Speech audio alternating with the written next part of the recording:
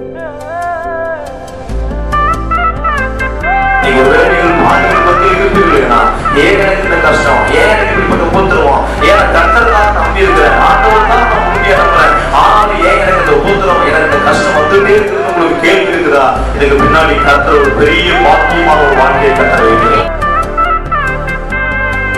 மத்தேயு சுவிசேஷத்தின் புஸ்தகம் 16ஆம் அதிகாரம், எல்லாரும் எடுத்துக்கொள்ளுங்கள். மத்தேயு சுவிசேஷத்தின் புஸ்தகம் 16ஆம் அதிகாரம் 13 வசனத்திலிருந்து 16 வசனம் வரை ஒருவர் நம் சத்தமாக வாசிக்க கேட்போம்.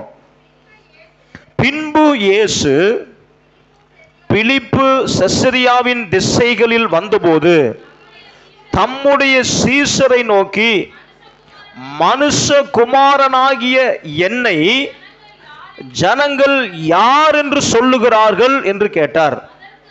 அதற்கு அவர்கள், சிலர் உம்மை யோவான் ஸ்நானன் என்றும், சிலர் எலியா என்றும், வேறு சிலர் எரேமியா அல்லது தீர்க்கதரிசிகளில் ஒருவன் என்றும் சொல்லுகிறார்கள் என்றார்கள். அப்பொழுது அவர், நீங்கள் என்னை யார் என்று சொல்லுகிறீர்கள் என்று கேட்டார்.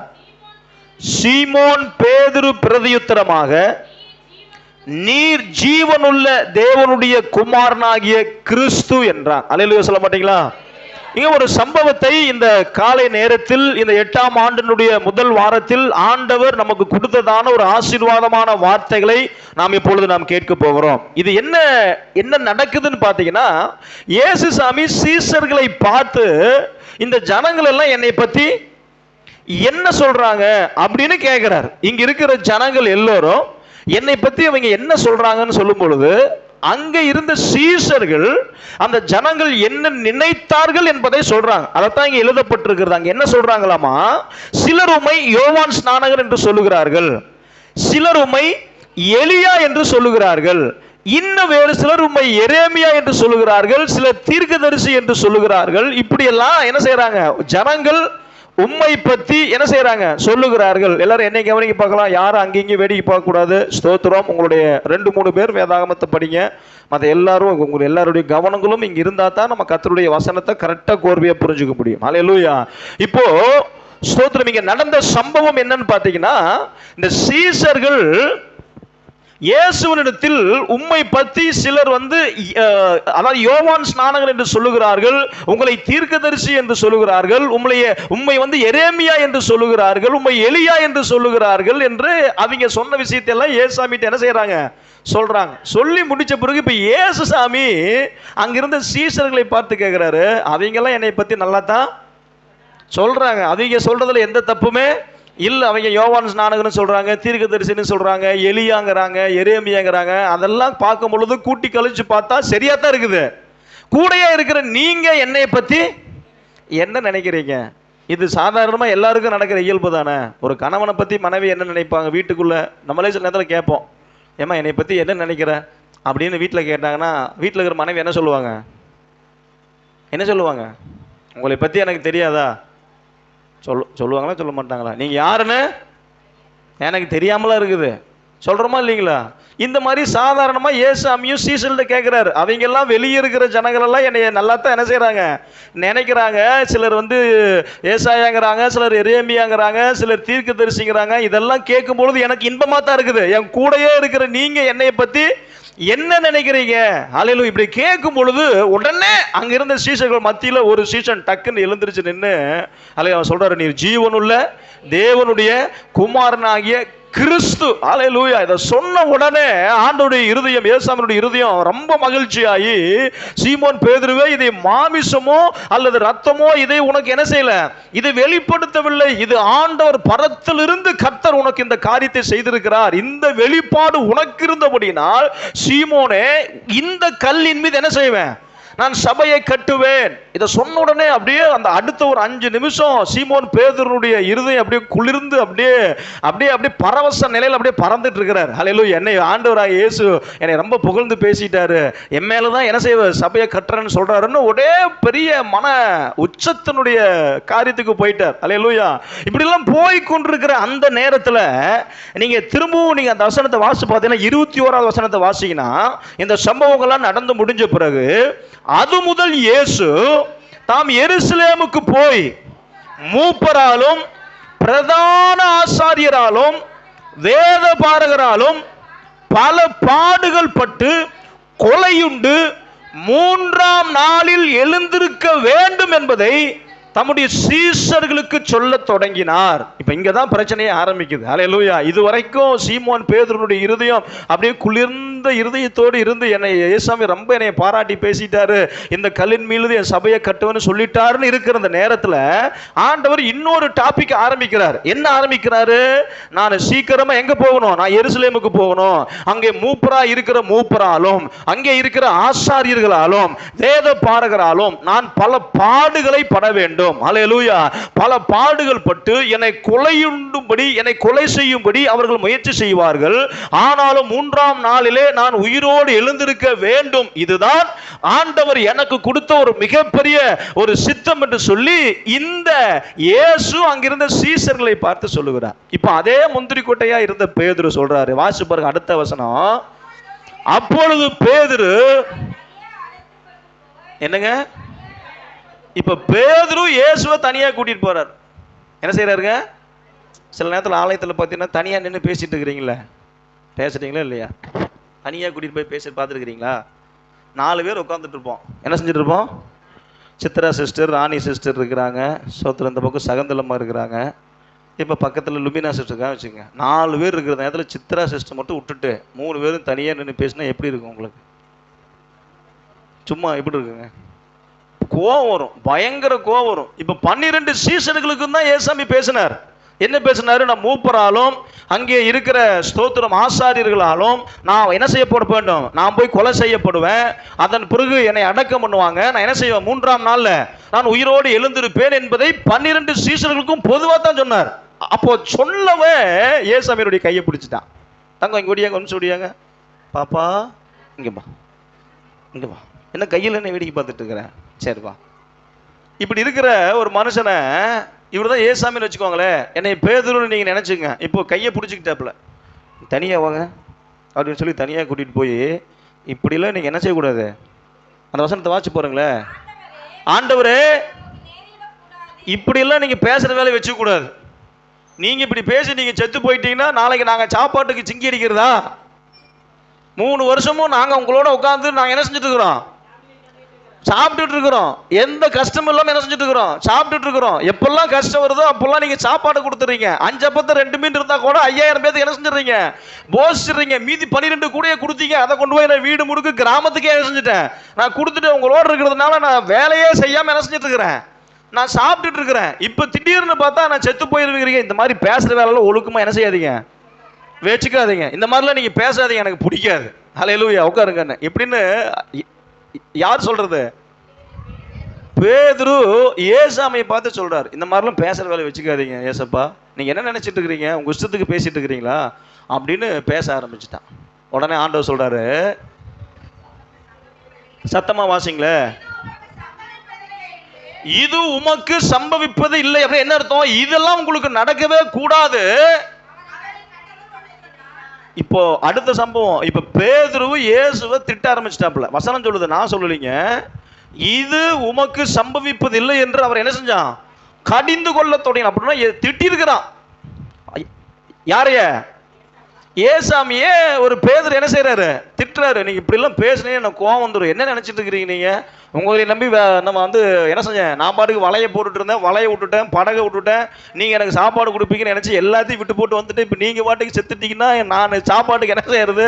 என் குடும்பம் என்ன செய்யறது? உண்மையே நம்பி இருக்கிற நாங்கெல்லாம் எங்க போறது? இந்த மாதிரிலாம் நீங்க பேசுற வேலையெல்லாம் வச்சுக்கூடாது, ஒழுக்கமா இருங்க, இல்லைன்னா அவ்வளவுதான் நடக்கிறதே வேற மாதிரி பேதுரு இயேசுவை கடிந்து கொள்ள தொடங்குகிறான். அல்லேலூயா. நமக்கு சில நேரத்துல கோபம் தான், திட்டம் இல்ல. எப்படியெல்லாம் திட்டம் நினைச்சு பாருங்க. வாயில வார்த்தைகள் எப்படி வருதுன்னே அந்த நேரத்தில் நமக்கு சொல்லவே முடியாது. அப்படியெல்லாம் சில நேரத்தில் திட்டுறது போல பேதுருவும் அபிஷேகம் பண்ணப்பட்ட ஆள் தானே, உங்களை போல என்னை போல. ஹல்லேலூயா. அப்புறம் அவன் திட்ட மாட்டானா? அபிஷேகம் பண்ணப்பட்ட நம்மளுடைய வாயிலேயே சொல்லுங்களேன், என்ன திட்டுறன்னு நம்ம தெரியாம திட்டிட்டு இருக்கும் பொழுது அப்புறம் அவனும் அதே அபிஷேகத்தை தானே பெற்றிருக்கிறான். அப்ப அவன் ஏசாமியை திட்ட அளவுக்கு அவனுக்கு ஒரு புது அபிஷேகம். இப்ப ஏசாமி அவனை பார்த்து சொல்றாரு, அவரோ திரும்பி பேதுருவை பார்த்து, எனக்கு பின்னாலே போ சாத்தானே, நீ எனக்கு இடரலா இருக்கிறாய். தேவனுக்கு ஏற்ற காரியத்தை சிந்திக்காமல் மனுஷனுக்கு ஏற்ற காரியத்தை நீ சிந்தித்துக் கொண்டிருக்கிறாய். எனக்கு அருமையான தேவனுடைய பிள்ளைகளே, இந்த 8வது மாதத்தில் நீங்கள் மிக கவனமாக கேட்க வேண்டிய ஒரு செய்தி, ஆசீர்வாதமான செய்தி. நம்ம கேட்டு கேட்டு கேட்டு கேட்டு நம்ம அப்படியே ஒரு மெதப்புல வாழ்ந்து கொண்டிருக்கிறோம். நீ ஆசீர்வாதமாய் இருப்பாய், உன்னை வாளாக்காமல் உன்னை தலையாக்குவார், உன்னை கீழாக்காமல் உன்னை மேலாக்குவார். ஹல்லேலூயா. உன்னை கொண்டு அநேகர் ஆசீர்வதிக்கப்படுவார்கள். நீ கடன் வாங்க மாட்ட, நீ கடன் கொடுப்ப, உன்னை கர்த்தர் உயர்த்துவார், உன்னை கர்த்தர் அப்படியே பரவச நிலைக்கு கொண்டு போவார்னு சொன்னோம்னா நம்ம அறியாமலேயே நம்மளுடைய உள்ளத்துக்குள் என்ன வந்துருதுங்க? சொல்லுங்களேன், ஒரு பெரிய சந்தோஷம் வந்துருது, பெரிய ஆர்ப்பரிப்பு, ஓ அப்படிங்கிற மாதிரி ஆயிருது. ஆனா பாடுபடணும், கஷ்டப்படணும், இடுக்கமான வாசல் வழிதான். ஹல்லேலூயா. இதுகள் மத்தியில தான் நான் கடந்து போகணும், நான் மரிக்கணும், நான் மரிச்சு மீண்டும் நான் என்ன செய்வேன்? உயிரோடு கூட வருவேன். இப்படி போனா தான் ஜனங்களுக்கு ரட்சிப்பு இருக்குது. இந்த பாதையை தான் தேவனாகிய கர்த்தர் எனக்கு அனுமதிக்கிறார் அப்படின்னு சொன்னோம்னா உடனே என்ன வந்துருதுங்க? நமக்கு அது வர மாட்டேங்குது. ஹல்லேலூயா. நம்ம ஒரு பாவத்தை பத்தி பேசிட்டோம் அப்படின்னா இதை செய்யக்கூடாதுன்னு சொன்னோம்னா நமக்கு மூஞ்சி 3.5 கிலோவுக்கு மூக்கு வீங்கிக்குது. ஹல்லேலூயா. என்ன செய்யுதுங்க? அப்படி புடைச்சு போயிடுது. 2 மூக்குக்குள்ள ஓட்ட சின்ன சின்ன ஓட்டையே தான் இருக்குது. அந்த மூக்கு கோவம் வந்துச்சுன்னா அப்படி புடைச்சு நிக்கிறத பார்த்தா உள்ளுக்குள்ள பேனாவே உள்ள போயிட்டு வெளியே வர மாட்டேங்குது. ஆனா நீ ஆசீர்வாதமா இருப்பாய்னா 32 பொருள் என்ன செய்யுது நமக்கு? கர்த்தர் உன்னை ஆசீர்வதிப்பார், உன்னை ஓகோன்னு வைப்பார், ஆகோன்னு வைப்பார், அப்படி வைப்பார், இப்படி வைப்பார்னா நமக்கு அப்படி என்னை வைப்பார். ஹல்லேலூயா. எனக்கு அருமையான தேவனுடைய பிள்ளைகளே, இந்த செய்தியை நீங்கள் கவனமாய் கவனிக்க வேண்டும். ஆண்டவராகிய இயேசு பேதுருவை பார்த்து சொன்னார், அப்பாலே போ சாத்தானே. இன்னைக்கு நம்ம பிசாசுன்னு சொன்னா கோவம் வந்துருது. ஹல்லேலூயா. ஆனா ஏசாமியே பேதுருவை பார்த்து என்ன செய்கிறாரு? இந்த வார்த்தையை யூஸ் பண்ணியிருக்கிறார், அப்பாலே போ சாத்தானே, நீ தேவனுக்கு ஏற்ற காரியத்தை சிந்திக்காமல் மனுஷனுக்கு ஏற்ற காரியத்தை சிந்தித்துக் கொண்டிருக்கிறாய். இன்னைக்கு எனக்கு வாழ்வுக்கு என்ன கிடைக்கும், இன்னைக்கு எனக்கு என்ன கிடைக்கும், நான் ஆண்டவர்கிட்ட வந்தா என் வாழ்க்கை எப்படி நடக்கணும், இம்மைக்குரிய காரியத்திற்காக நீ என்ன செய்ய பின்னாடி வந்துட்டு இருக்கிற. ஆனா நீ தேவனுக்கு ஏற்ற காரியத்தை என்ன செய்யல, நீ சிந்திக்காமல் இருக்கிறாய். இன்னைக்கு நீங்க பாத்தீங்கன்னா அநேக நேரங்கள்ல இந்த பாக்கியமான உபதேசங்கள், ஆசீர்வாதமான உபதேசங்களை இன்னைக்கு அநேக திருச்சபைகளுக்குள்ளாக நூதனமாக பிசாசு விரித்து விட்டான். நீங்க பாத்தீங்கன்னா அநேக திருச்சபை பரவச நிலைக்கு கொண்டு போகிற நூதனமான உபதேசங்களை இந்த கடைசி நாட்களில் பிசாசு திருச்சபைக்கு விரோதமாக கட்டவிழ்த்து வைத்திருக்கிறான். ஹல்லேலூயா. ஆனா ஆண்டவர் சொல்லுகிறார், நான் பாடுபட வேண்டும், நான் உபத்திரவப்பட வேண்டும், அதனால நான் எருசலேமுக்கு போறேன், நான் 3ஆம் நாள் என்ன செய்வேன்? உயிரோடு கூட எழுந்திருக்க வேண்டும் என்பதை எல்லாம் ஆண்டவராக இயேசு சொல்லும் பொழுது இந்த வசனத்தை கேட்டுக்கொள்வதற்கு அவருக்கு என்ன இல்லைங்க? அவருக்கு விருப்பம் இல்லை. எனக்கு அருமையான தேவனுடைய பிள்ளைகளே, நீங்கள் மிக கவனமாய் கவனிக்க வேண்டும். நாம் அறிந்தோ அறியாமலையோ நம்முடைய உள்ளத்துக்குள்ள நூதனமான உபதேசங்கள் வந்து விட்டது. ஆசீர்வாதமான வார்த்தைகளை தேடி அலைய ஆரம்பிச்சிட்டோம் நம்ம. ஹல்லேலூயா. ஆசீர்வாதம் தானா யாருக்கு என்ன செய்யாதுங்க? கிடைக்காது. ஜீம்பூம்பா மாதிரி அவர் ஆசீர்வதிப்பாரு அப்படின்னு சொல்லிட்டாருன்னா உடனே என்ன செய்ய மாட்டார்? உங்களைய அப்படியெல்லாம் ஆசீர்வதிக்க மாட்டார். ஹல்லேலூயா. ஆசீர்வதிப்பதற்குன்னு சில வழிமுறைகளை கர்த்தராகிய தேவனாகிய கர்த்தர் நமக்கு சில வழிகாட்டுதலையும் சில வழிமுறைகளையும் கர்த்தர் வைத்திருக்கிறார். நீங்கள் எடுத்து வாசித்தீங்கன்னா நமக்கு வேதாகமத்தில் அநேக வசனங்கள் உண்டு. நீங்கள் இது யோவான் புஸ்தகம் 16:33 வாசிச்சீங்கன்னா உங்களுக்கு இந்த உலகத்தில் என்ன உண்டு? உபத்திரவம் உண்டு, கஷ்டங்கள் உண்டு, பாரங்கள் உண்டு, கவலைகள் உண்டு, வியாதி உண்டு. ஆனாலும் வேதம் சொல்லுகிறது, நீங்கள் என்ன செய்யுங்க? திடன் கொள்ளுங்கள், நீங்க பலனா இருங்க. நான் இந்த உலகத்தை ஜெயித்தேன், நான் கல்வாரி சிலுவையில நான் ரத்தத்தை சிந்தி நான் உங்களை மீட்டெடுத்ததுனால உங்களுக்கு கஷ்டமே வராதுன்னு சொல்ல, கஷ்டம் வந்தாலும் நான் உனக்கு துணையா இருப்பேன். ஹல்லேலூயா. பாடுகளின் மத்தியிலும் நான் உனக்கு என்ன செய்வேன்? பக்கபலமா இருப்பேன். ஹல்லேலூயா. உபத்திரவத்தின் மத்தியிலும் நீ பயப்படாத, உனக்கு துணையா நான் இருப்பேன். நீ எரிகிற அக்னிக்குள்ள போட்டாலும் பரவாயில்ல, நீ போக மாட்டேன்னு சொல்ல, நீ போட்டாலும் அந்த அக்னிக்குள்ள நான் உன்னோட கூட வந்து நிற்பேன். ஹல்லேலூயா. இன்னைக்கு நம்மளுடைய வாழ்க்கையில எல்லாம் அநேக விதமான தவறான உபதேசங்களுக்குள்ளாய் அநேகர் பிடிபட்டு கொண்டிருக்கிறோம். இந்த காலை நேரத்தில் இந்த 8வது மாதத்தில் ஆண்டவராகிய தேவன் நம்மை அப்படிப்பட்ட நூதனமான உபதேசத்திலிருந்து கர்த்தர் நம்மை விடுதலை ஆக்குவாராக. மத்தேயு 16:24 வாசிச்சு பாருங்களேன். அப்பொழுது இயேசு சீஷர்களை நோக்கி, ஒருவன் என்னை பின்பற்றி வர விரும்பினால் தன்னைத்தானே வெறுத்து தன் சிலுவை எடுத்துக்கொண்டு என் பின்ன வர கடவன். ஆண்டவர் சொல்றார், ஒருவேளை நீ என்னை பின்பற்றி வர விரும்பினால், நீங்கள் ஆண்டவராகிய இயேசு கிறிஸ்துனுடைய ஃபாலோவர்ஸாக வர விரும்பினால், அவர் சொல்றார், என்னுடைய சிலுவையை எடுக்க வேண்டாம், உன் சிலுவையை எடுத்து என்ன செய்ய, அனுதினமும் நீ சுமந்து கொள்ள வேண்டும், உன்னை நீ வெறுக்க வேண்டும். இது ஆண்டவர் சொல்கிற உபதேசம். அல்லேலூயா. இதைத்தான் கர்த்தர் நமக்கு கற்றுக் கொடுக்கிறார்.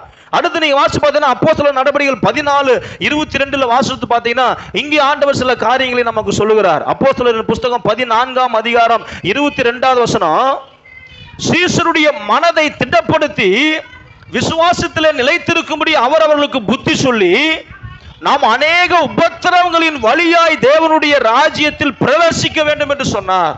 அல்லேலூயா. அநேக உபத்திரவங்கள், அநேக பாடுகள், அநேக இடுக்கமான வாசல் வழியாகத்தான் நாம் தேவனுடைய ராஜ்யத்தை என்ன செய்ய முடியும், நாம் பிரவேசிக்க வேண்டும் என்று ஆண்டவராகிய இயேசு, ஆண்டவராகிய தேவன் பரிசுத்த ஆவியானவர் அப்போஸ்தலர் மூலியமாக அன்றைக்கு ஜனங்களுக்கு உபதேசம் பண்ணி கொண்டிருந்தார். அப்படின்னா என்ன அர்த்தம்?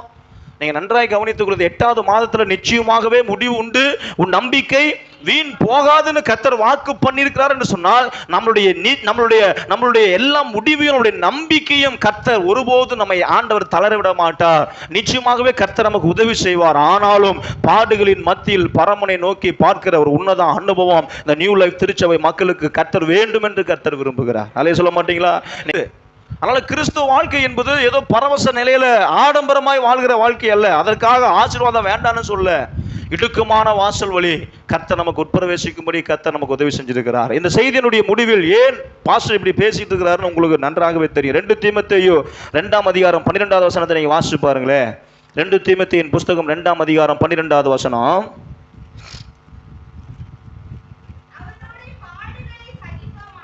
அவர்களோட பாடுகளை சகித்தோமானால் அவரோட கூட ஆளுகையும் செய்வோம், நாம் அவரை மறுதலித்தால் அவர் நம்மை மறுதலிப்பார். நீங்க என்ன சொல்றாரு? அவரோடு கூட நாம் பாடுகளை சகித்துக் கொள்வோமேனால் அவரோடு கூட நாம் ஆளுகை செய்வோம். ஆண்டவராய் இயேசு இந்த பூமிக்கு சீக்கிரமாக வரப்போகிறார். அல்லேலூயா. அவர் வரும் பொழுது அவருடைய நாமத்து நிமித்தம் அவருடைய பெயரை ஏற்றுக்கொண்டு இந்த பூமியில் அவருடைய வார்த்தைக்கு கீழ்ப்படிந்து எத்தனை பேர் இந்த பூமியில் உண்மையாய் வாழ்ந்தார்களோ அவர்களை கர்த்தர் அவரோடு கூட கொண்டு போகிறார். அவர் ஏன் கொண்டு போகிறார்? இந்த பூமியை அழித்து நமக்கு வெளிப்படுத்தல வாசிக்கிறது போல புதிய வானத்தையும் புதிய பூமியும் உண்டாக்கும் பொழுது இதோ அவரோடு கூட பாடுகளை சகித்த நாம், அவருக்காக எல்லாவற்றையும் ஸ்தோத்திரம் விட்டு விட்டு வந்த நாம் 1000 வருடம் அவரோடு கூட ஆளுகை செய்யும்படியான ஒரு அதிகாரத்தை ஆண்டவராகிய இயேசு உங்களுக்கு எனக்கு தரப்போகிறார். அல்லேலூயா. கரங்களை தட்டி தேவனை மகிமைப்படுத்துவோமா? அப்படிப்பட்ட ஒரு பரம பாக்கியத்திற்காகத்தான் ஆண்டவர் சில நேரங்களில் நம்மை இடுக்கமான வாசல் வழியாய் கர்த்தர் நம்மை உட்பிரவேசிக்கும்படி கர்த்தர் விரும்புகிறார். பாடுகளை தாண்டுதாங்க நமக்கு பாக்கியம் உண்டாகும். நான் பாடுபட மாட்டேன், எனக்கு பாக்கியம் மட்டும் வேணும் அப்படின்னா அது இங்க என்ன செய்யாதுங்க, இங்க நடக்காது. பாடுகள் வழியாய் கர்த்தர் பரமனின் தேவன் நமக்கு பாக்கியத்தை கர்த்தர் வச்சிருக்கிறார். உபத்திரவத்தின் மத்தியில் ஒரு பெரிய ஆசீர்வாதத்தை கர்த்தர் வச்சிருக்கிறார். காலையிலேருந்து வேலை செஞ்சுட்டு வரீங்க, சனிக்கிழமை வந்துருச்சுன்னா என்ன செஞ்சிருது, நமக்கு சந்தோஷமாயிருது. ஏன் தெரியுங்களா? சம்பளம் வந்துடும். அல்லேலூயா. மாசத்துல 5ஆம் தேதிக்கு மேல வந்துருச்சுன்னா நம்மளுடைய சம்பளங்கள் வந்துடும். அந்த ஒரு மாதங்கள் நம்ம பட்ட கஷ்டத்தினுடைய விளைவு தான் நம்மளுடைய கை நிறைய என்ன வச்சிருக்கிறோம், பணங்கள் வைத்திருக்கிறோம். பாடுகள் இல்லாமல் கஷ்டங்கள் இல்லாமல் தேவனுடைய ராஜ்யம் இல்லை. ஆண்டவராகிய இயேசு 33 வருஷம் ஒரு நாள் கூட அவர் வீட்டில் படுத்து உறங்கினதாக வேதத்தில் எழுதப்படவில்லை. 3 வருஷம் இரவும் பகலும், இரவு முழுவதும் ஜெபம் பண்ணினார், காலை முழுவதும் ஊழியம் பண்ணினார். இரவு முழுவதும் ஜெபம் பண்ணினார், காலை முழுவதும் ஊழியம் பண்ணினார். அநேக இடங்களுக்கு நடந்து தெரிந்து சுற்றி திரிந்து எல்லா ஜனங்களுக்கும் நன்மை செய்கிறவராக சுற்றி திரிந்தார் என்று வேதத்தில் எழுதப்பட்டிருக்கிறது. எனக்கு அருமையான தேவ பிள்ளைகளே, இன்னைக்கு ஒருவேளை நீங்கள் பாடுகள் மத்தியில் இருப்பீர்களேனா, ஏன் எனக்கு இந்த கஷ்டம், ஏன் எனக்கு இப்படிப்பட்ட உபத்திரவம், ஏன் நான் கர்த்தரை தானே நம்பி இருக்கிறேன், ஆண்டவரை தானே நான் முழுமையா நம்புறேன், ஆனாலும் ஏன் எனக்கு இந்த உபத்திரவம், எனக்கு இந்த கஷ்டம் வந்துட்டே இருக்குதுன்னு உங்களுக்கு கேள்வி இருக்குதா? இதுக்கு பின்னாடி கர்த்தர் ஒரு பெரிய பாக்கியமான ஒரு வாழ்க்கையை கர்த்தர் வைத்திருக்கிறார். ஒரு பெரிய ஒரு நன்மையான காரியத்தை ஆண்டவராகிய தேவன் நமக்காக வைத்திருக்கிறார். அல்லேலூயா. அநேக நேரங்களில் நமக்கு கோபம் வந்துருது. என்ன தெரியுமா கோபம்? ஆண்டவராகிய இயேசு என் ஜெபத்தை என்ன செய்ய மாட்டேங்கிறாரு, கேட்க மாட்டேங்கிறாரு. என் ஜெபமே என்ன செய்ய மாட்டேங்குது. என்னைக்காவது ஒரு நாள் நீங்க நினைச்சு பார்த்துருக்கிறீங்களா, நான் சொல்றத ஏசாமி கேட்க மாட்டாரு, கேட்க மாட்டேங்கிறாரேன்னு கோவம் வருது. என்னைக்காவது ஒரு நாள் ஏசாமி சொல்றத நான் கேட்டிருக்கிறேனா அப்படின்னு என்னைக்காவது நீங்க யோசிச்சு பார்த்துருக்கிறீங்களா? யோசிச்சு பார்த்துருக்கிறோமா? அவர் என் ஜெபத்தை கேட்க மாட்டேங்கிறாரு. நான் கூப்பிட்டா என்கிட்ட பேச மாட்டேங்கிறாரு. ஹல்லேலூயா. நான் கூப்பிட்டா கூட இன்னொருத்தர் மூலியமா தான் என்ன செய்யறாரு, பேசுறாரு. ஹல்லேலூயா. அதுக்கு ஒரு மீடியேட்டர், ஹல்லேலூயா, அதுக்கு ஒரு மீடியேட்டர் இருக்கிறாரு. அவர் மூலியமா தான் என்ன செய்யறாரு. இன்னைக்கு தீர்க்கதரிசிகள் அப்படி என்ன செஞ்சுட்டாங்க, உருவாக்கிட்டாங்க. நான் போய் ஆண்டவர்கிட்ட பேசலாம்னு நினைச்சா என்னால என்ன செய்ய முடியாது.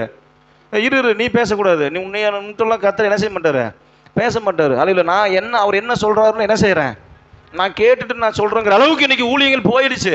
ஹல்லேலூயா. நமக்கு தேவ வசனத்தினுடைய ஆண்டவருடைய வசனத்தினுடைய மேன்மை தெரியாதனால நம்ம ஜெபத்தெல்லாம் கர்த்தர் கேட்க மாட்டார் போல, அப்ப நம்ம அங்க போய் தான் என்ன செய்யணும், அங்க அவர் என்ன சொல்றாரோ அதை கேட்டுட்டு தான் நம்ம என்ன செய்யணும், அவர் சொல்றதை நம்ம கேட்டுக்கணும் போலன்னு நமக்கு என்ன வந்ததுனால தான் இன்னைக்கு சோத்திரம் ஊழியக்காரர்கள் எல்லாம் சும்மா ஜம்முன்னு கும்முன்னு அம்முன்னு என்ன செய்யற இருக்கிற அளவுக்கு நீங்க தான் உருவாக்கி வச்சிருக்கீங்க.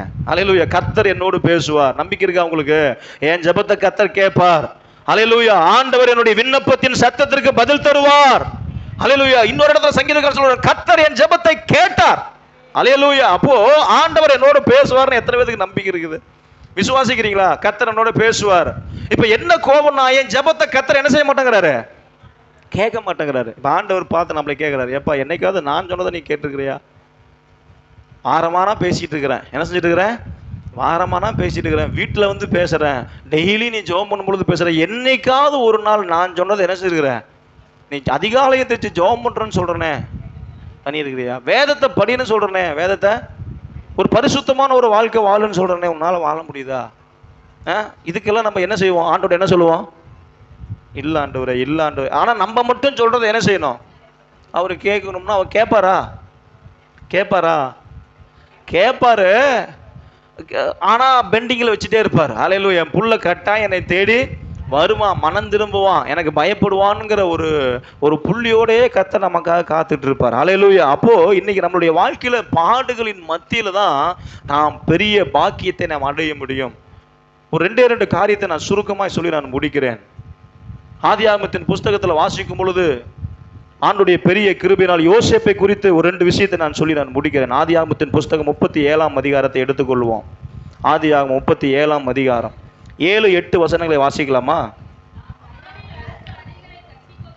நாம் வயலில் அறுத்த அரிகளை கட்டி கொண்டிருந்தோம், அப்பொழுது என்னுடைய அரிக்கட்டு நிமிர்ந்திருந்தது,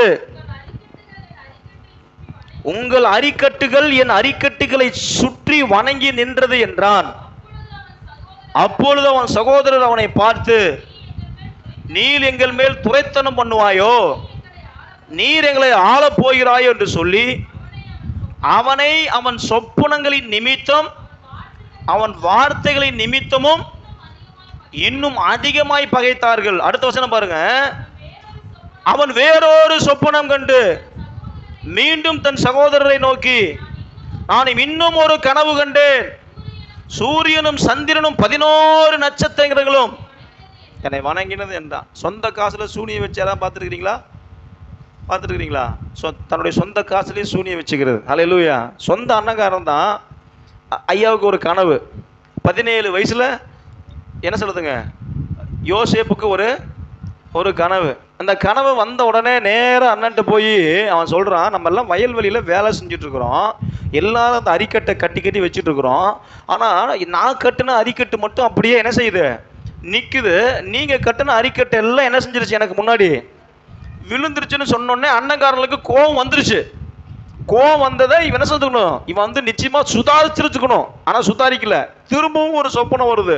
திரும்பவும் அதே அண்ணங்காரன்ட்டு என்ன செய்கிறான், நேராக போய் அவன் சொல்கிறான், நான் இன்னொரு சொப்பனத்தை பார்த்தேன், மேலே இருக்கிற சூரியன், மேலே இருக்கிற சந்திரன், இது 2 என்ன செய்யுது, 11 நட்சத்திரங்களும் என்னை என்ன செய்யுது, என்னை வணங்குதனோடனே முடிஞ்சிருச்சு. ஹல்லேலூயா. அவ்வளோதான், ஆளு முடிஞ்சிருச்சு. ஏன்னா இவன் வீட்டுக்குள்ளே இவன் செல்ல பிள்ளையா வளர்க்கப்பட்டவன். பலவர்ண அங்கி, இவனுக்கு இருக்கிறதுலே ரொம்ப டிஃப்ரெண்டான அங்கி. அல்லேலூயா. அவன் அண்ணங்காரனை விட நல்ல ஜொலிக்கிற ஒரு அங்கி. இப்போ இவன் சொன்ன இந்த ஸ்தோத்திரம் இந்த ஒரு சொப்பனத்தின் நிமித்தமாய் வீட்டுக்குள்ள ஒரு பெரிய கலக்கம் உண்டாகிவிட்டது. அண்ணங்காரன் எல்லாத்துக்கும் இவன் மேல பெரிய கோபம். பாடுறான், இவன் நம்மலாம் இவனை வணங்கணும்னு சொல்றான், இவன் காலை தொட்டு கும்பிடணும்னு சொல்றான்னு சொல்லிட்டு அவனுக்குள்ள பெரிய ஒரு பகை உண்டானதை நம்ம இங்க வேதத்துல வாசிக்கிறோம். அல்லேலூயா. 17 வருஷத்துல அவன் 17வது வயசா இருக்கும் பொழுது அவனுக்கு சொப்பனம் வருது. அல்லேலூயா. நம்மலாம் பாத்தீங்கன்னா சொப்பனத்தை பார்த்துட்டா உடனே அடுத்த நாளில் என்ன செஞ்சிடணும், நமக்கு நடந்துடணும். ஒரு வாக்குத்தத்தம் வந்துச்சுன்னா அது அன்னைக்கே நடந்துடணும். கல்யாணம் பண்ணிட்டோம்னா அடுத்த 2வது நாளே குழந்தை என்ன செஞ்சிடணும், வேணும் அப்படின்னு நினைக்கிற ஆளு நம்ம. அல்லேலூயா சொல்ல மாட்டீங்களா? நம்மளால பொறுத்து இருக்கிறதே முடியும். எந்த காரியத்துக்கு நமக்கு என்ன இல்லை, பொறுமையே இல்லை. இன்னைக்கு கேட்டோம்னா நாளைக்கு காலையிலேயே நமக்கு என்ன செய்யும், வேணும், நாளைக்கே நடக்கணும். அல்லேலூயா. ஆனா அவன் பார்த்த சொப்பனம் எல்லாம் நல்ல சொப்பனம். நம்ம நம்ம நம்ம நம்ம ராத்திரி தூங்கும் பொழுது என்னென்ன கனவு வருது, எருமை மாடு வந்து நிக்குது, கொம்பு ரெண்டு முட்டிட்டு மாதிரி வந்து நிக்குது, பாம்பு வளைஞ்சு வளைஞ்சு என்ன செய்யுது வந்து நிக்குது, எவனோ ஒருத்தர் நம்மளை அடிக்கிற மாதிரி வரான், கத்தி எடுத்துட்டு குத்துற மாதிரி வரான், செத்தவனெல்லாம் கனவுல வந்துட்டு இருக்கிறான். இந்த பக்கம் வேற யாருக்காதும் ஏதாவது கனவு கண்டிருக்கிறீங்களா? கனவு வந்திருக்குது உங்களுக்கு? என்ன கனவு வந்திருக்குதுங்க? என்னம்மா? ஃப்ரெண்ட்ஸுங்கெல்லாம் செத்து போன ஃப்ரெண்ட்ஸுங்கெல்லாம் வராங்களா? உயிரோடு இருக்கிறாங்க. உயிரோடு இருக்கிற ஃப்ரெண்ட்ஸுங்கெல்லாம் கனவுல வராங்க. இந்த பக்கம் ஏதாவது கனவு பார்த்துருக்கிறீங்களா? மீனம்மா ஏதாவது கனவு கண்டிருக்கிறீங்களா? சொல்ல மாட்டேன் மாஸ்டர் உங்கள்கிட்ட அப்படிங்கிறீங்களா? ஏதாவது கனவு கண்டிருக்கிறீங்களா? ஏதாவது கனவே உங்களுக்கு வந்ததே இல்லையா? கனவே வந்தது இல்லையா? அதெல்லாம் சொல்லக்கூடிய அளவுக்கு கனவு கிடையாதுங்க. நம்ம எல்லாம் கனவு பார்த்தோம்னா அப்படியே பெருசாலி வர்ற மாதிரியும், எருமை மாடு முட்டுற மாதிரியும், பாம்பு நெளிஞ்சு வர மாதிரியும், எவனோ ஒருத்தன் குறவுல கட்டிக்கிற மாதிரியும், இல்லைன்னா நம்ம கனவுல எவனோ ஒருத்தன் பக்கத்தில் கொண்டானா அவனே உதைக்கிற மாதிரியும் தான் நமக்கு கனவு. ஆனா இவன் பார்த்த கனவு 17 வயசுல இவருக்கு ஒரு கனவு. என்ன கனவு? இவனுடைய அரிக்கட்டுகளுக்கு முன்பாக மற்ற எல்லாருடைய அரிக்கட்டும் கீழே விழுகிறதாகவும், நட்சத்திரங்களும் சூரியனும் 11 நட்சத்திரங்களும் இவனுக்கு முன்பாக வந்து ஒரு வணங்குவதாகவும் ஒரு கனவு 17 வயசுல பார்க்கிறான். 13 வருஷம் இந்த கனவின் நிமித்தமாய் அவன் உபத்திரவத்தின் மத்தியிலும் பாடுகளின் மத்தியிலும் அவன் கடந்து போக வேண்டிய ஒரு சூழ்நிலை ஏற்பட்டது. கனவு பார்த்த உடனே பழிச்சிடல. அது வரைக்கும் பலவர்ண அங்கியோட செல்ல பிள்ளையா இருந்தவன் வீட்டை விட்டு துரத்தப்படுகிறான். எனக்கு அருமையான தேவ பிள்ளைகளே, வீட்டை விட்டு துரத்தப்படுகிறான், அடிமையாக்கப்படுகிறான். ஆனால் வேதம் சொல்லுகிறது, கர்த்தர் யோசேப்போடு இருந்தார் என்பது முக்கியம் அல்ல. நீங்க நல்லா கவனிக்கணும். கர்த்தர் யோசேப்போட இருந்தார் என்பது முக்கியம் அல்ல, யோசேப்பு கர்த்தரோடு கூட இருந்தான். எத்தனை பேர் நீங்க இன்னைக்கு இந்த வசனத்தை தான் கர்த்தர் நம்மோடு கூட பேசிக் கொண்டிருக்கிறார். யோசேப்போடு கர்த்தர் இருந்தார் என்பது முக்கியம் அல்ல, யோசேப்பு எல்லா விதத்திலும் கர்த்தரை விடாமல் அவன் தனக்கு துணையாய் வைத்துக் கொண்டான். எவ்வளவு பெரிய கஷ்டம், எவ்வளவு பெரிய உபத்திரவம், எவ்வளவு பெரிய சஞ்சடம். எங்க ஒரு நாட்டுக்குள்ள படிப்பறிவு இல்லாத ஒரு மனுஷன், இன்னொரு நாட்டினுடைய பாஷை தெரியாது, மொழி தெரியாது, அந்த இடத்துல போய் உட்கார்ந்து கொண்டிருக்கிற மனுஷன் அடிமையாக்க அங்க ஒரு வெள்ளை பேய் ஒன்று வருது. அல்லேலூயா. அதை நீங்க வாசி பார்த்தீங்கன்னா, இப்ப நேரம் இல்லாதனால சீக்கிரத்துல முடிக்கிறேன். அங்க ஒரு சிகப்பு பேய் வந்து என்ன செய்யுது, வந்து வீட்டுக்கு முன்னாடி நிக்குது. அது 41ஆம் அதிகாரத்துல வாசிக்கிறோம். அடிமையா போனவனை கர்த்தர் அதிகாரியை மாற்றி அவனை உயரத்துல வைக்கிறார். இப்போ எங்க இருக்கிறான்னா, பிரைம் மினிஸ்டர் ரேஞ்சுக்கு கர்த்தர் யோசேப்பை உயர்த்தி வச்சிருக்கிறார். உங்களுக்கு பாத்தீங்கன்னா பிரைம் மினிஸ்டருக்கு மேல என்ன பதவி இருக்குதுங்க? குடியரசுத் தலைவர். அல்லேலூயா. யாருங்க? அவர்தான் ஸ்தோத்திர ஜனாதிபதி. அவர்தான் இப்போ எல்லா அதிகாரத்தையும் பிரைம் மினிஸ்டருக்கு கொடுத்துட்டு, எல்லா மோதிரத்தையும் கொடுத்துட்டு, எல்லா அதிகாரத்தையும் யோசேப்பு கையில கொடுத்துட்டார். அடுத்த 7 வருஷம் பார்த்தீங்கன்னா மிகப்பெரிய விளைச்சல் உண்டாகும். அதை எல்லாம் கொண்டு வந்து குடோன்ல சேர்த்து வைக்கிற பொறுப்பு தான் யோசேப்புக்கு. நான் சொல்றேன், நான் விசுவாசிக்கிறேன், இந்த யோசேப்பை ஆஸ்வதிப்பதற்காகவே உலகம் முழுவதையும் கர்த்தர் பஞ்சத்தை உண்டு பண்ணினார். ஒரு கையை தட்டி கர்த்தரை மகிமைப்படுத்த மாட்டீங்களா? ஏன் தெரியுங்களா? சொப்பனத்தை கொடுத்துட்டார், இன்னும் சொப்பனம் நிறைவேறல, இன்னும் வாக்குத்தத்தை என்ன செய்யல, இன்னும் நிறைவேறல. அண்ணங்காரனுங்களுக்கு யோசேப்புன்னே தெரியாம வந்து அவனுக்கு முன்பாக விழுந்து அந்த சோத்திரம் தானியங்களை வாங்கி கொள்ளக்கூடிய ஒரு சூழ்நிலையை கர்த்தர் உருவாக்கினார். யோசேப்புக்காகவே கர்த்தர் உலகம் முழுவதும் பஞ்சத்தை உண்டு பண்ணினார். நான் விசுவாசிக்கிறேன், உங்களுக்காகவே சூழ்நிலைகளை கர்த்தர் மாற்றுவார். உங்களை கர்த்தர் ஆசீர்வதிப்பதற்காகவே, கர்த்தர் உங்களுக்கு கொடுத்த வாக்குத்தத்தத்தை நிறைவேற்றுவதற்காகவே, உங்களுடைய சத்துருக்களையும் கர்த்தர் உங்களுக்கு சாதகமான ஒரு சூழ்நிலையை கர்த்தர் உருவாக்கி தருவார். உங்களை வாழ வைப்பதற்காக அவர் எதையும் செய்வதற்கு, எந்த இடத்திற்கும் அவர் வந்து உங்களை ஆசீர்வதிப்பதற்கு அவர் உண்மையுள்ள தேவனாக இருக்கிறார். ஆனால் ஒரே ஒரு காரியம் நான் சொல்லி முடிக்கிறேன். கர்த்தர் யோசேப்போடு இருந்தார் என்று நான் வேதத்தில் வாசிக்கிறோம். எனக்கு அது பெருசா தெரியல. அடுத்தது ஒரு வசனம், யோசேப்பு கர்த்தரோட கூட இருந்தான். ஏங்க ஒரு பெரிய ஆஃபர் வருதுங்க அவனுக்கு. இது இது எந்த மாதங்க இது? ஆடி மாதம். ஆஃபர் பார்த்துருக்குறீங்களா? சுற்றி சுற்றி பாருங்கள், எல்லா பக்கமும் ஆஃபர். என்னைக்காவது யோசிச்சிருக்கீங்களா ஆடி மாதம் மட்டும் எதுக்கு ஆஃபர் கொடுக்குறான்னு யோசிச்சிருக்கிறீங்களா? என்னங்க, ஆடி மாதத்தில் கல்யாணம் பண்ண மாட்டாங்க. ஐயருங்கெல்லாம் ஆடி மாதம் தான் கல்யாணம் பண்ணுவாங்க, பார்த்துருக்கீங்களா? ஆடியில் தான் ஐயருங்க கல்யாணம் பண்ணுவாங்க. எல்லா பிராமின் ஃபேமிலியும் போய் பார்த்தீங்கன்னா ஆடி மாதம் தான் கல்யாணம் பண்ணுவாங்க. உண்மைங்க, 100க்கு 100 உண்மை.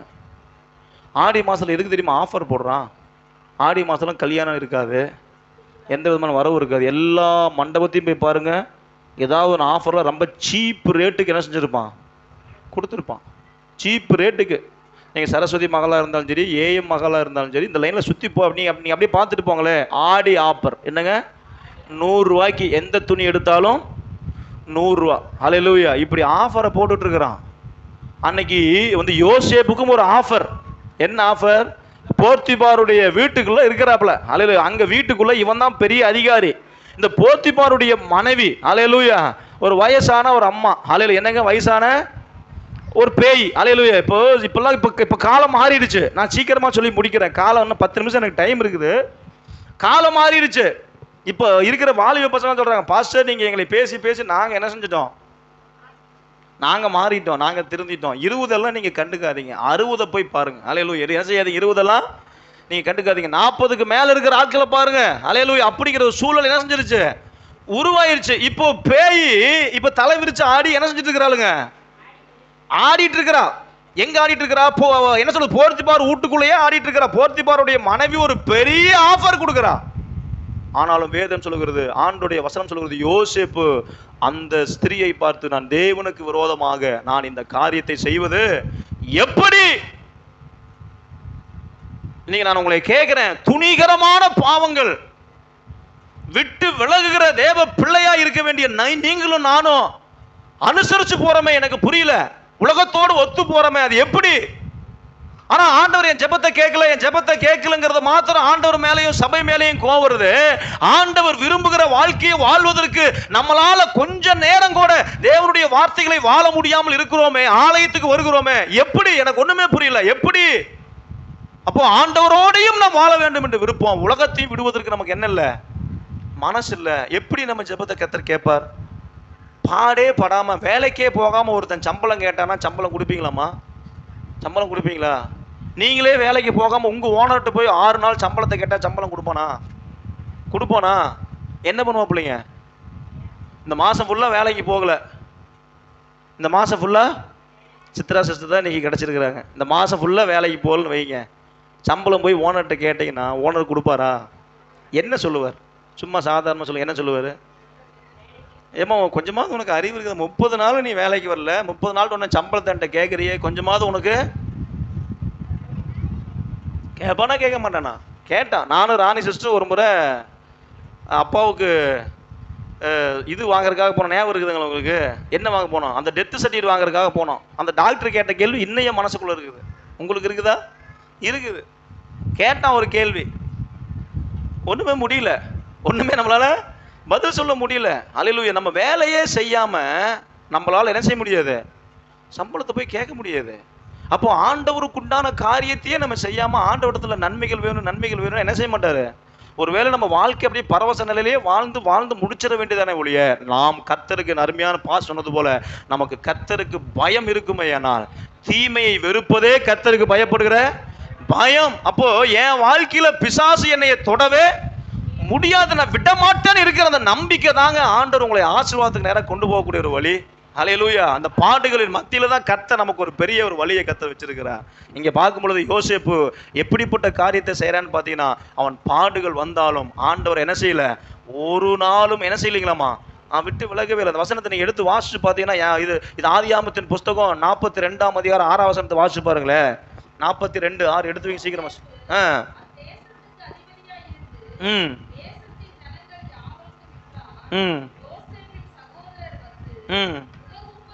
முகம் குப்புற தலை குனிந்து விழுந்தார்கள்னா சும்மா விழுகல, 17 வருஷத்துல சொப்பனம், 20 வருஷத்துல அந்த சொப்பனத்துக்கு உண்டான காரியம் வருது. 30வது வயசுல தான் சோத்திரம் இவர்கள் வந்து அவருடைய காலை விழும்படியான ஒரு சூழல் உருவானது. அது வரைக்கும் யோசேப்பு பாடுகளின் மத்தியிலும், கஷ்டத்தின் மத்தியிலும், உபத்திரவத்தின் மத்தியிலும் கர்த்தரை விட்டு விலகாமல் இருந்தான். அல்லேலூயா. பிசாசு என்ன ஆஃபர் பண்ணாலும் தன் வாழ்க்கையை கரைப்படுத்தாமல் பாதுகாத்து கொண்டான். பிசாசுக்கு மொத்தம் 2 பேர் இருக்குது. உங்களுக்கு தெரியுமா? பிசாசுக்கு 2 பேர் இருக்குது. யாருக்கான்னு தெரியுமா? அல்லேலூயா, அல்லேலூயா. பிசாசுக்கு 2 பேர். ஒன்று சப்ப மண்டையன். என்னங்க? சத்தமாக சொல்லுங்க பார்க்கலாம். சப்ப மண்டையன். 2வது பேர் வந்து பொக்க வாயன். என்ன பேருங்க? ஏன் பாச இப்படி சொல்கிறீங்கன்னா, நான் இந்த பேர் வைக்கல, இது ஏசாமியே இந்த பைபிள் அந்த பேர் நினச்சிருக்கிறாரு, வச்சிருக்கிறார். சப்ப மண்டையன் பொக்க வாயன் நினச்சிருக்கிறாரு, வச்சிருக்கிறாரு. அதை தூங்குறதுக்கு மட்டும் அலைய சொல்லுங்க பார்க்கலாம். அல்லேலூயா. சோத்திரம், சோத்திரம். அம்மா கொஞ்சம் தட்டி எழுப்பிவிடுங்க. அம்மா நீங்கள் கண்ணை மூடி வசனத்தை கேட்க வேண்டாம், கண்ணை திறந்து கேளுங்க, உங்களுக்கு சூப்பராக புரியும். நீங்கள் ஒரு வேளை கண்ணை மூடி கேட்கலான்னு நினைக்கிறீங்க, கண்ணை திறந்து கேளுங்க, வசனம் ஈஸியாக புரியும். பிசாசுக்கு மொத்தம் 2 பேர் இருக்குது. என்ன பேர் இருக்குதுங்க?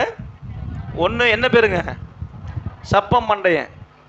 என்ன பேருங்க? சப்பம் மண்டையன். எதுக்கு சொல்கிறோம் அந்த வசனத்தை? வேதம் சொல்லுகிறது, அவனுடைய தலையை இயேசுசாமி காலின் கீழே போட்டு நசுக்குனா, ஒருத்தனுடைய தலையை நசுக்குனா அவன் தலை எப்படி இருக்கும்? சப்புளிஞ்சு போயிடுமா போகாதான்? அதனால அவனுக்கு பேர் என்ன பேருங்க? இன்னொரு அவனுக்கு பேர் என்ன பேரு? பொக்கவாயன். அவன் ஏன்னா யாரை விழுங்கலாமோ என்று. அப்ப அவனுக்கு என்ன இல்லை? பல்லு இருந்தா கடிச்சு திம்பான் இல்ல, பல்லு இல்லாதனாலும் யாரை விழுங்கலாமோ என்று வகையை தேடுகிறான். இவனைய பார்த்தா நம்ம பயந்துட்டு இருக்கிறோம். அலை சொல்ல மாட்டீங்களா? ஆண்டவர் இவனைய வந்து ஒண்ணும் இல்லாம வச்சிருக்கிறாரு. சப்ப மண்டையனையும் பொக்க வாயனையும் வச்சிருக்கிறாரு. இவனை ஒரு பொருட்டாவே ஆண்டவர் நினைக்கிறது இல்லை. ஆனா நம்ம தான் பிசாசு வருது பாஸ்டர், ஒரு ஆவியன் என்ன செய்யுது? சுத்தி சுத்தி வருது பாஸ்டர், என் பின்னாடியே வருது பாஸ்டர், என் முன்னாடி தள்ளிட்டு என்னைய போகுதும் பாஸ்டர். அல்லேலூயா. நான் கண்ணால பார்த்தேன் பாஸ்டர். எதுக்கு நீங்க கண்ணால பார்த்தீங்க? எனக்கு ஒண்ணுமே புரியல. பிசாசை பார்க்கறதுக்காக கர்த்தர் நமக்கு கண்ணை வச்சிருக்கிறாரு. அந்த லைனே போச்சுங்க பாஸ்டர். வெள்ளிக்கிழமை ஆச்சுன்னா இந்த லைன்ல தான் பாஸ்டர் போகும். அல்லேலூயா. எந்த லைன்ல தான் போகும்? அப்போ நம்மளுடைய வாழ்க்கை தேவனோடு எப்படி இருக்குதுன்னு நீங்க பார்த்துக்குங்க. ஒரு மனிதன் தேவனோடு உறவு சரியா இருந்தால் தேவனை தான் என்ன செய்யணும்? பார்க்கணும். ஆனா நமக்கு என்னெல்லாம் பார்க்கிறோம்? செத்து போனவனை பார்க்கிறோம், அல்லது பாம்பை பார்க்கிறோம், பிசாசை பார்க்கிறோம், எகிரிட்டு வர்றதை பார்க்கிறோம். பல்லு அப்படியே அவனுக்கே பல்லு இல்லைன்னு கத்த சொல்றாரு. நம்ம வர்ணிக்கிறதெல்லாம் பாஸ்டர் அவன் பல்லு பெருசா இருந்துச்சு பாஸ்டர், அப்படியே முடியெல்லாம் விரிச்சுட்டு அப்படியே பார்க்கறதுக்கு அப்படி இருந்தான் பாஸ்டர். அவன் மூஞ்சே சப்புளிஞ்சு கிடக்குதுன்னு ஆண்டவர் சொல்றாரு. அவன் மூஞ்சி எப்படி இருக்குது? சப்பம் மண்டைனா இருக்கிறாமா, அவன் பல்லே அவனுக்கு இல்லை அப்படின்னா நம்ம என்ன சொல்லிருக்கிறோம்? அவனை பார்த்து பயந்து பயந்து பயந்து பயந்து இயேசுவை நினைக்கிறதுக்கு பதில் நம்மளுடைய வாழ்க்கையில ஒரு நாள் முழுக்க பிசாசே தான் நினைச்சிட்டு இருக்கிறோம். என்னை வருது பாஸ்டர், வருது பாஸ்டர், என்னை துரத்துது பாஸ்டர், தூங்குற நேரத்தில் எவனோ இருந்தேன், கருவில் முடிக்கதான் பாஸ்டர், நான் செத்துடணும்னு பயமா இருக்குது பாஸ்டர். ஹல்லேலூயா. ஆண்டவர் நம்மளை சாகரக்கா வச்சிருக்கிறார், சாகரக்கா வச்சிருக்கிறாரு. நீங்கள் சாகாமல் பிழைத்திருந்து அவருடைய நன்மைகளை விவரிக்கும்படி கர்த்தர் உங்களை வச்சிருக்கிறார். அதனால பக்கத்துல பா சொல்லுங்க, அவனுக்குலாம் பயப்படாதீங்க, கர்த்தர் உங்களுக்கு துணையா இருக்கிறாரு. நீங்க பிசாசை எதிர்த்து நிக்கணும்னா கர்த்தருக்கு பயந்து இருக்கணும். கர்த்தருக்கு பயந்து நிக்காம பிசாசு எதிர்த்து நின்னீங்கன்னா நம்ம மூஞ்சியை சப்பையாக்கிடுவான், நம்மளை வெக்கப்படுத்திடுவான். அல்லேலூயா. நாம கர்த்தருக்கு பயப்படும் பொழுது நாம் பிசாசுக்கு என்ன செய்யலாம்? எதிர்த்து நிற்கலாம். வேதம் சொல்லுது, அவன் அப்பொழுது உங்களை விட்டு என்ன செய்வான்? உங்களை விட்டு ஓடி போவான். வேதத்தில் அப்படிதான் எழுதப்பட்டிருக்கிறது. அல்லேலூயா. அவன் நம்மை விட்டு என்ன செய்வான்? ஓடி போவான். எனக்கு அருமையான தேவ பிள்ளைகளை, 2 காரியம். பாடுகளின் மத்தியில நாம் கர்த்தரை நோக்கி நாம் பார்க்க வேண்டாம். எனக்கு உபத்திரமே வேண்டான்னு சொன்னீங்கன்னா நம்ம கிறிஸ்துவனா என்ன செய்ய முடியாது? வாழவே முடியாது. உபத்திரவத்தின் மத்தியில தான் தேவ ராஜ்யம் இருக்கிறது. உபத்திரவத்தின் ஆண்டவராக இயேசு இந்த பூமிக்கு 3 வருஷம் அவர் கடுகு அளவு கூட எனக்கு இந்த உபத்திரம் வேண்டான்னு தள்ளி விட்டதே கிடையாது. எத்தனை பேர் தெரியுங்களா அவருக்கு விரோதமாக குற்றம் சாட்டுவதற்கு வகை தேடிக்கொண்டே இருந்தாங்க, சுத்திக்கிட்டே தெரிஞ்சாங்க. அல்லேலூயா. ஆனாலும் அவைகள் மத்தியில கர்த்தர் தன்னுடைய ஊழியத்தை நிறைவேற்றி கொண்டே போனார். உபத்திரவத்தின் மத்தியிலும், கஷ்டத்தின் மத்தியிலும், பாடுகளின் மத்தியிலும் அவர் தொடர்ந்து தொடர்ந்து தொடர்ந்து அவர் ஊழியங்களை செய்து கொண்டிருந்தார். இன்னைக்கு கிறிஸ்து பிள்ளைகளா இருக்கிற உங்களுக்கு எனக்கும் ஆசீர்வாதத்தை கர்த்தர் வச்சிருக்கிறார். இந்த மாதம் வாக்கு பண்ணியிருக்கிற உங்கள் நம்பிக்கை வீண் போகாதுன்னு கர்த்தர் வாக்கு பண்ணியிருக்கிறார். நிச்சயமாகவே உங்களுக்கு ஒரு முடிவு உண்டு. உங்க நம்பிக்கை வீண் போகாது. உங்களுக்கு கர்த்தர் நன்மையான காரியத்தை செய்வார். உங்களுடைய சுகவாழ்வு துளிர்க்கும். எப்படி துளிர்க்கும்? எங்கேயோ இருந்தால அந்த பாடுகளின் மத்தியில கர்த்தர் உங்களை பத்திரமா கூட்டிட்டு போவதற்கு அவர் துணையா இருக்கிறார். அல்லேலூயா. வேதம் சொல்கிறது, நீ தண்ணீரை கடக்கும் பொழுது நான் உன் கூட, நீ தண்ணீரையே கடக்க மாட்டேன்னு கர்த்தர் சொல்லல. நீ தண்ணீரை கடக்கும் பொழுது நான் உன்னோடு கூட இருப்பேன். நீ ஆறுகளை கடக்கும் பொழுது அவைகள் உன்மேல் என்ன செய்யாது? புரளாது, நீ அக்கினியில் நடக்கும் பொழுது நீ வேகாதிருப்பா. எதுக்கு ஆண்டவரே என்னை தண்ணியில விட்டீங்க, என்னை எதுக்கு ஆத்துல விட்டீங்க, என்னை எதுக்கு நெருப்புல விட்டீங்கன்னு ஆண்டவரை பார்த்து நீங்க கேள்வி கேட்கவே கூடாது, முடியாது. அவர் நம்மை அந்த பாதையில் நடத்துகிறார். அந்த பாதை எதுக்கு தெரியுமா? ஒரு பாக்கியமான ஒரு இடத்தை அடைவதற்காக, ஒரு நித்திய இடத்தை அடைவதற்காக, இந்த பூமியில நீங்கள் நானும் ஒரு பரிசுத்த ஜீவியம் வாழ்வதற்காக, ஹல்லேலூயா, ஆண்டவருக்கு உண்மையாய் வாழ்வதற்காக, ஆண்டவரோடு கூட நீங்கள் நானும் ஐக்கியப்படுவதற்காக, தீமையை வெறுப்பதற்காக, தேவனோடு கூட உறவை வைத்துக் கொள்வதற்காக, அனுதினமும் கர்த்தரை தேடுவதற்காகவே கர்த்தர் இந்த நேரங்களையும் இந்த காலங்களையும் கர்த்தர் அனுமதிக்கிறார். ஒருவேளை யோசேப்பு வீட்டுக்குள்ளேயே இருந்திருந்தானா, அந்த 11 பேதனுடைய அந்த ஒரு அரிக்கட்டுகளும் அந்த 11 நட்சத்திரங்களும் யோசேப்பை வணங்க முடியுமா? முடியாது. ஆண்டவர் ஒரு மனிதன் மீது அழைப்பு வைத்திருப்பாரே, ஆனால் அவனை தனியா அழைத்து கொண்டு போகிறார். இந்த பேதுரு அழைச்சிட்டு போனது போல தனியா அழைச்சிட்டு போய் என்ன செய்யல? திட்டுல, பாஸ்டர் ஒழுங்கா இருந்துக்குங்க, இப்பெல்லாம் நீங்க பண்ணாதீங்க, உங்களை நம்பிதான் நான் திட்டத்தை போட்டிருக்கிறேன், ஹல்லேலூயா, என்ன செய்கிறேன், உங்களை நம்பிதான் நான் திட்டத்தை போட்டிருக்கிறேன் அப்படின்னு என்ன செய்யல சொல்ல. பேதுரு ஏசாமி கூட்டிட்டு போயிட்டு ஒழுக்கமா இருந்துக்குங்க அப்படி என்ன செய்யல சொல்லல. ஆண்டவருடைய இருதயம் எப்பொழுதுமே பாடுகளை சகித்து கொண்டார். பாடுகளை சகித்தால் பரமனின் வருகையில் கூட போயிடலாம். என்ன செஞ்சிடலாம்? பாடே வேண்டாம் அப்படின்னா பரலோகம் என்ன செய்ய முடியாது? பரலோகம் போக முடியாது, பரலோகம் போகவே முடியாது. பரலோகம் போகிறோம்னா பாடுகளை நாம் சகிக்க வேண்டும். இந்த ஃபர்ஸ்ட் வாரத்தில் ஆண்டவர் நமக்கு வாக்கு பண்ணுகிறார். ஹல்லேலூயா. அந்த மேன்மையான அந்த ஆசீர்வாதங்களை நாம் பெற்றுக்கொள்ள வேண்டுமே ஆனால் பாடுகளின் மத்தியில் கர்த்தர் ஒரு பெரிய நன்மை வச்சிருக்காரு. ஏன் எனக்கு இந்த கஷ்டம், ஏன் எனக்கு இந்த உபத்திரவம், ஏன் எனக்கு இந்த பாடுகள், ஏன் ஆண்டவர் எனக்கு மட்டும் இப்படி நடக்குதுன்னு நீங்கள் ஆண்டவர் என்ன செய்யாதீங்க. ஆண்டவர் இந்த காரியத்தை அனுமதிச்சதுக்காக நன்றி ஆண்டவரே.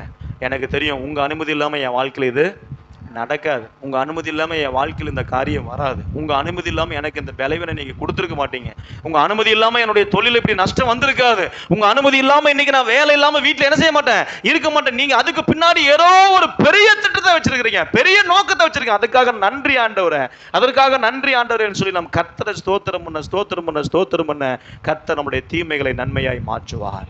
கர்த்தர் நம்மை ஆசீர்வதிப்பார். இந்த 8வது மாதம் நீங்களும் நானும் கர்த்தருடைய கரத்தில் இருக்கிற ஒரு கருவியாக கர்த்தர் நம்மை எடுத்து பயன்படுத்துவார். உங்கள் நம்பிக்கை வீண் போகாது என்று கர்த்தர் வாக்கு பண்ணுகிறார். அப்படியே ஒரு விஷயம்